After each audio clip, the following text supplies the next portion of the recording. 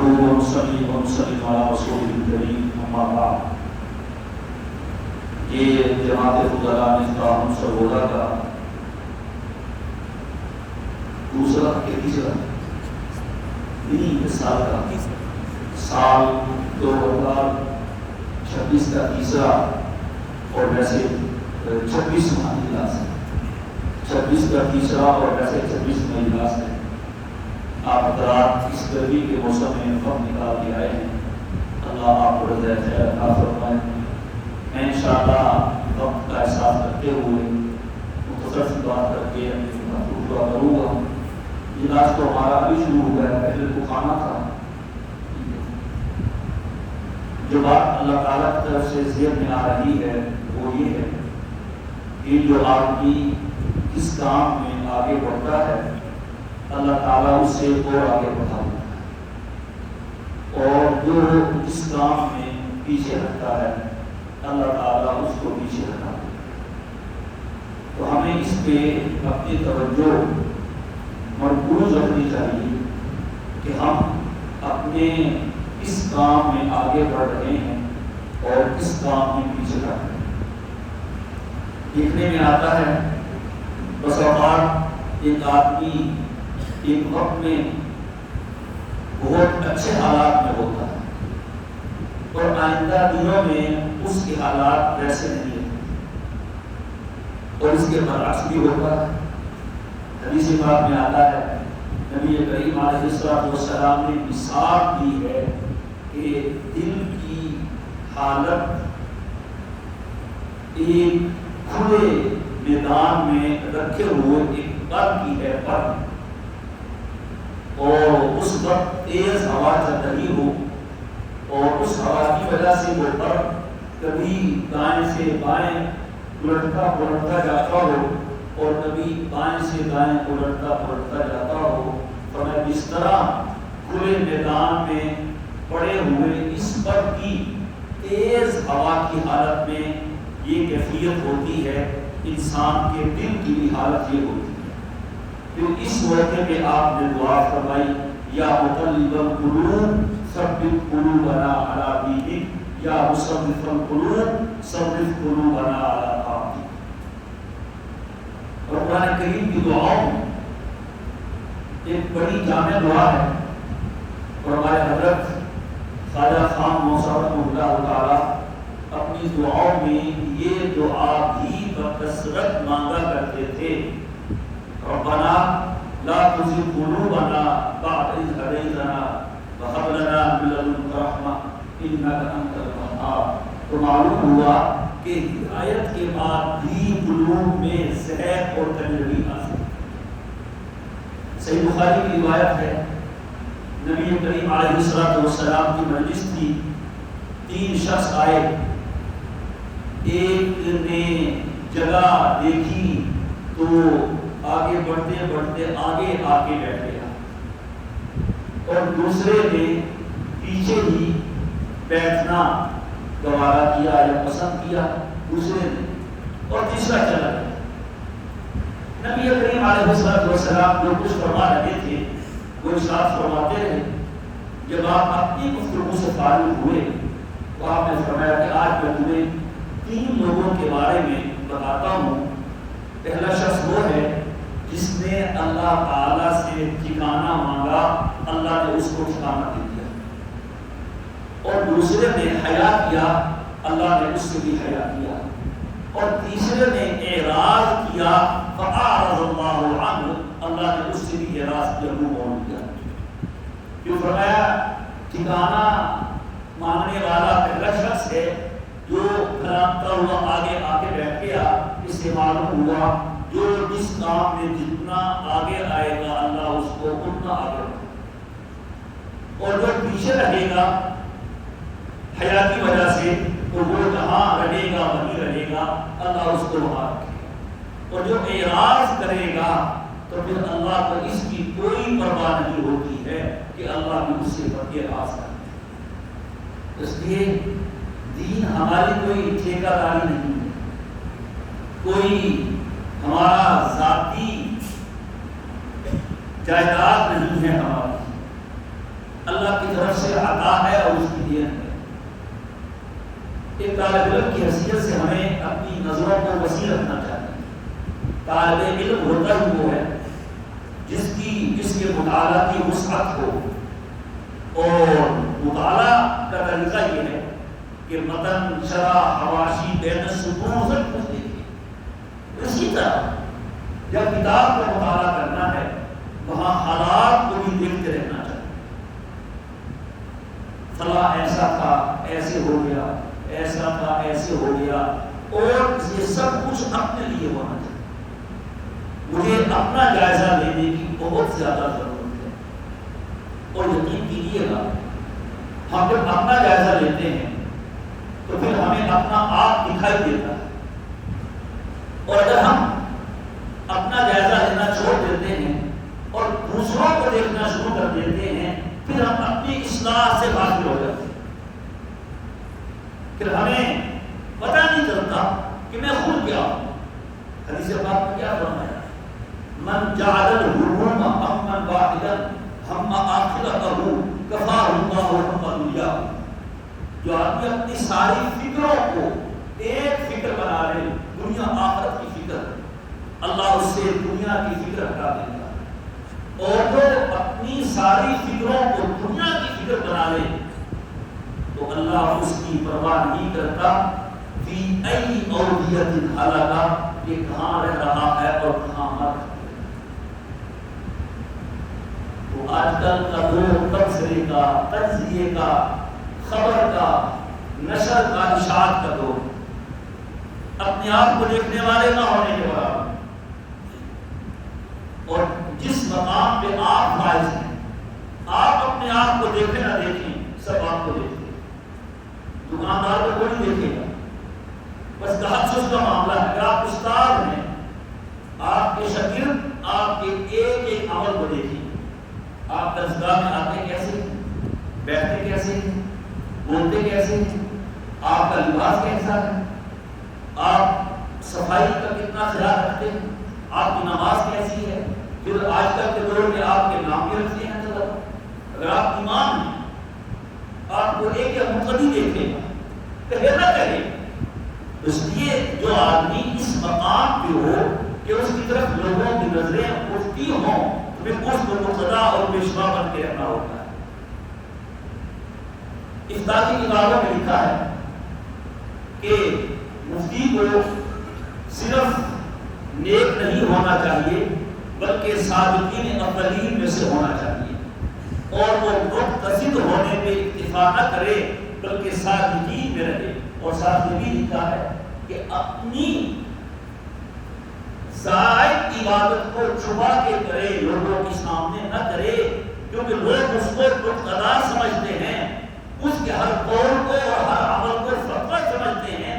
وہ یہ نہ سمجھیں کہ اس کا یہ عمل بھی دین کا حصہ ہے اور ہم تو کر نہیں سکتے، وہ آپ کے مستحبات کے عمل کی وجہ سے دین کو مشکل نہ سمجھیں۔ اسے کیا معلوم ہوا؟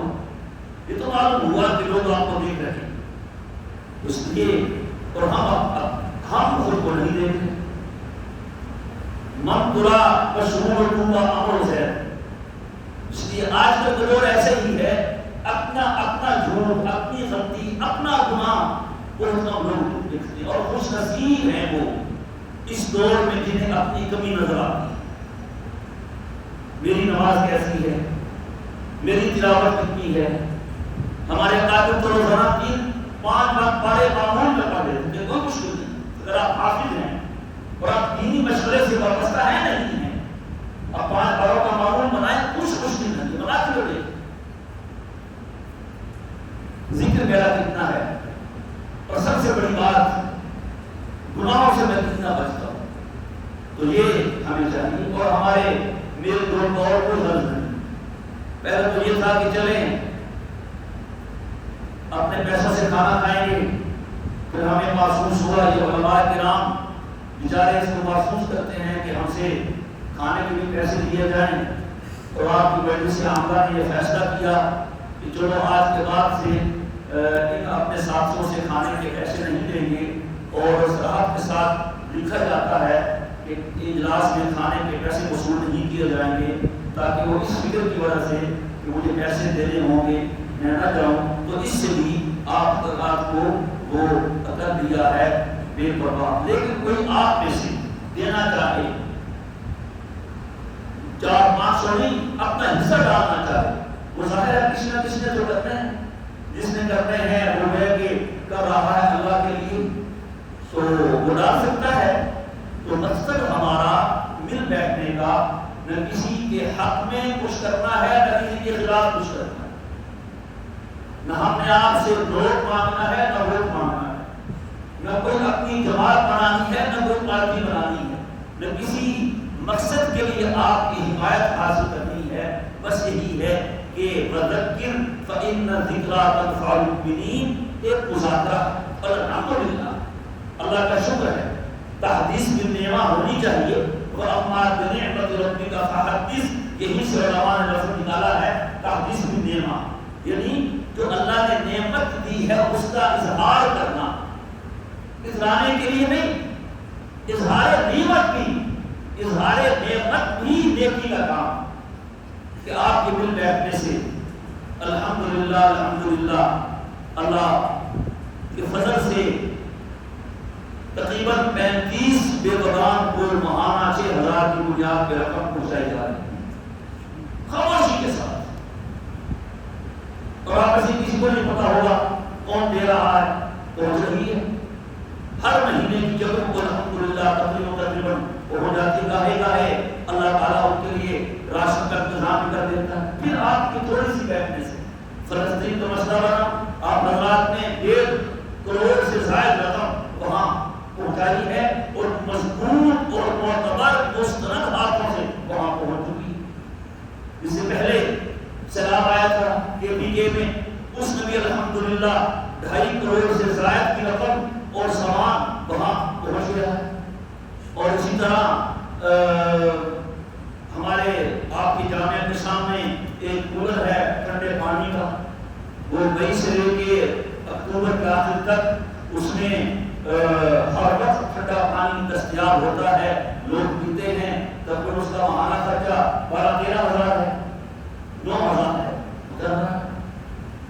تو آپ کہیں گے کہ اپنے گیٹ کے آگے رکھ لیا ہے، وہ آپ کا گیٹ ہے، آپ کو جگہ بتائیں۔ ہمارا مشہور کوئی ایسی جگہ شہر میں ہو جہاں اس طرح پانی پینے والے ہوں، اور ہم لوگ وہاں پر بھی ایک کولر ٹھنڈے پانی کا اور میٹھے پانی کا رکھا جا سکتا ہے۔ اور اس سے علاوہ جو ربیع الاول کا مہینہ آتا ہے، وہاں بغیر کسی خرچے کے، بغیر کسی لمبی جوڑی تشکیل کے، نام و نمود کے، نبی کریم علیہ السلام کی محبت اور آپ کی شفاعت حاصل کرنے کی خاطر شہر میں اور قریبی دیہات میں دروس سیرت کا سلسلہ ہوتا ہے، اس میں آپ میں سے ساتھی مختلف عنوان پر سیرت کے لاکھوں پہلو ہیں، لاکھوں، تو کسی ایک پہلو پہ بات ہو جاتی ہے، اور اس بات کا لب لباب حاصل مقصد یہ ہوتا ہے آپ کے اوصاف بیان کریں، آپ کے کمال بیان کریں، آپ کی سیرت بیان کریں، آپ کی سنت بیان کریں، آپ کے روزے بیان کریں، اور حاصل کلام کے طور پہ، تشکیل کلام کے طور پہ اپنے سننے والوں کو نبی کریم علیہ السلام کی اتباع اور آپ کی سنت پہ لانے کی دعوت ہے۔ اور الحمدللہ چل رہا ہے، کتنے ہزاروں لوگ ہیں جو جنہوں نے دروس میں شرکت کی، نفس شرکت بھی قائل ثواب ہے کہ نہیں، وہ ثواب ملا۔ پھر اس کے ساتھ کئیوں ان دروس میں شرکت کی برکت سے بچوں کو حافظ بنایا، عالم بنایا، گھر میں سنت آئی، مشکور اعمال آئے، ان کا چلنا، بیت الخلاء میں جانا، اٹھنا سونا نبی کریم علیہ السلام کی سنت کے مطابق ہوا ہے۔ تو یہ ہمارا مقصد ہے۔ تو امید ہے کہ آپ اس مقصد میں جس طرح پہلے سے چل رہے ہیں آئندہ بھی چلتے رہیں، جو آگے سبحان اللہ کچھ نہیں بھی آ سکتے، ظاہر ہے ہر اجلاس میں ایسے ہوتا ہے، اور اجلاس میں جو حاضری اور شرکت ہے اس کو 1/3 2/3 نصف پہ بانٹا جاتا ہے۔ سادہ اکثریت نصف عمر جو کہا جاتا ہے، 100 لوگ ہیں اس میں سے 51 بھی آ گئے، کہتے ہیں کہ اکثریت آ گئی، اور کوئی خاص معاملہ ہو، کوئی بل پیش کرنا ہو، کوئی قانون بدلنا ہو، تو اس میں دو تہائی اکثریت ہوتی ہے. یعنی 100 میں سے اگر 33 اور 33 66 67 68 آ گئے تو کہتے ہیں جی ہم اس میں قانون پاس کر سکتے ہیں، آئین کو بدل سکتے ہیں. وہ آئین وفاق کا ہو، وہ آئین جمہوریت کا ہو، وہ آئین پاکستان کا ہو. تو الحمدللہ اللہ کا شکر ہے کہ آپ کے اجلاسوں میں اس سبق کی شدت ہوتی ہے. اللہ تعالیٰ آپ کی شدت کو اور ہماری حاضری کو قبول فرمائے اور ہمیں اس میں آنے سے اپنے آپ کو دیکھنے اور اپنے اوپر نظر کرنے اور اپنی کمیوں کو دور کرنے کی توفیق عطا فرمائے. اوروں کے عیب و ہنر دیکھنا یہ مسلمان کا کام نہیں ہے. طریقہ یہ ہے کہ دوسرے کی خوبیاں دیکھیں اور اپنے عیب دیکھیں. تو پھر ایسے ہوگا ہمیں اپنے عیب زیادہ نظر آئے. آج کا جو فساد ہے، فتنہ ہے، وہ یہی ہے کہ آدمی کو اپنے عیب نظر نہیں آتے. اللہ والے تو یہی تھے کہ وہ اپنے عیبوں پہ نظر رکھتے تھے. اور پھر اگر خدا نہ خواستہ ہمیں محسوس ہو کہ ہم میں کمی پیدا ہو رہی ہے کسی بھی وجہ سے، میں کسی اچھے کام میں تھا یار پیچھے ہٹ گیا ہوں، میں ایک جماعت کا حصہ تھا، وہ جماعت نیک کام کرتی تھی، میں پیچھے ہٹ گیا ہوں، کیوں کہ میری دکان بن گئی، کیوں میرا بزنس چل گیا. یہ خیر نہیں ہے. مناؤ جشن بہارا اس احتیاط کے ساتھ کہ کسی چراغ کی رو سے کسی کا گھر نہ جلے. دنیا کی خوشیاں بھی منائیں، دولت بھی کمائیں، پیسہ بھی کمائیں، کاروبار بھی کریں، لیکن اپنے دین اور اپنے عمل اور اپنے تقویٰ میں آگے بڑھیں، اس میں پیچھے نہ رہیں. بس یہ مجھے کہنا تو امید ہے کہ 15-12 منٹ ہو گئے ہوں گے.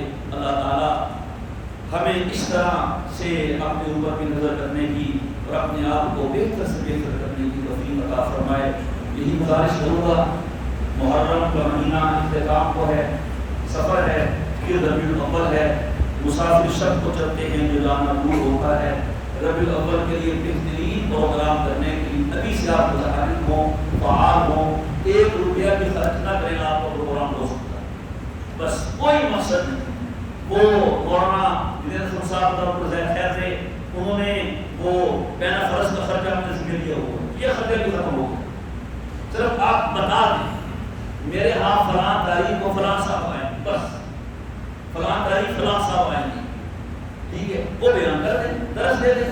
اور حضرت خان رحمہ اللہ تعالیٰ نے بھی لکھا ہے، باقی حضرات نے بھی، کہ بہرحال ربیع الاول ایک اپنا اثر تو آتی ہے اور اس میں جو بات ہوتی ہے لوگ متوجہ ہوتے ہیں اور بات سنتے ہیں اور ایک گویا کہ یوں کہنے لوہا گرم ہوتا ہے اور اس سے آپ ان لوگوں کو اکٹھا کر کے لوگ اس کو اور باتیں کریں، ہم اپنی بات کریں، سنت کی دعوت دیں. تو ابھی سے میں ہر ساتھی سے کہوں گا جن کی مسجد ہے نہیں ہے وہ کر سکتے ہیں، چھوٹا پروگرام کریں. بڑے بڑے جلسے جو لوگ فائدے نہیں معلوم ہوتے اور فلاں صاحب آ رہے ہیں، فلاں صاحب آ رہے ہیں، ٹھیک ہے، وہ ایک تقاضا ہے، ضرورت ہے، ہم اس سے انکار نہیں کرتے، لیکن ہم جو مسئلہ پیش کر رہے ہیں وہ اس سے مختلف ہے. محلے کی مسجد کا اطلاع کریں، یہ لازمی کریں، فون کریں، میسج کریں، زبانی دعوت دیں. صرف میرا فلکس میں اطلاع دے کے نہ بیٹھ جائیں. آج کے لوگ اشتہار دے کے نہیں آتے، وہ زبانی دعوت سے آتے ہیں. اپنا پروگرام بنائیں، اپنے ساتھوں سے اپنے ہر کسی کو آپ سمجھتے ہیں کوئی باہر کا آپ کا دوست ہے، اچھا بیان کرتا ہے، بس بات اس کی کروائیں جو صاحب عمل ہو اور عمل کی بات کریں، جس کے آنے سے آپ کے لوگوں کو سنت کا پتہ چلے اور سنت پہ عمل کرنے کا جذبہ پیدا ہو. یہ پروگرام بنائیں، بھرپور طریقے سے بنائیں.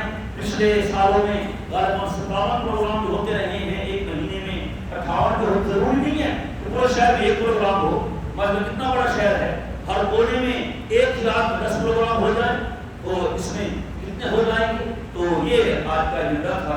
اللہ تبارک و تعالیٰ ہم سب کی حاضری کو قبول فرمائے اور ہمیں اپنے اوپر نظر رکھنے کی اور اپنے آپ کو دین عمل تقویٰ میں آگے بڑھتے رہنے کی توفیق عطا فرمائے. جو آپ کے ساتھی اس جماعت کے لیے کام کر رہے ہیں، محنت کرتے ہیں، خرچہ بھی کرتے ہیں، خاموشی کے ساتھ اللہ تعالیٰ ان کو رضائے خیر عطا فرمائے. وآخر دعوانا ان الحمد للہ.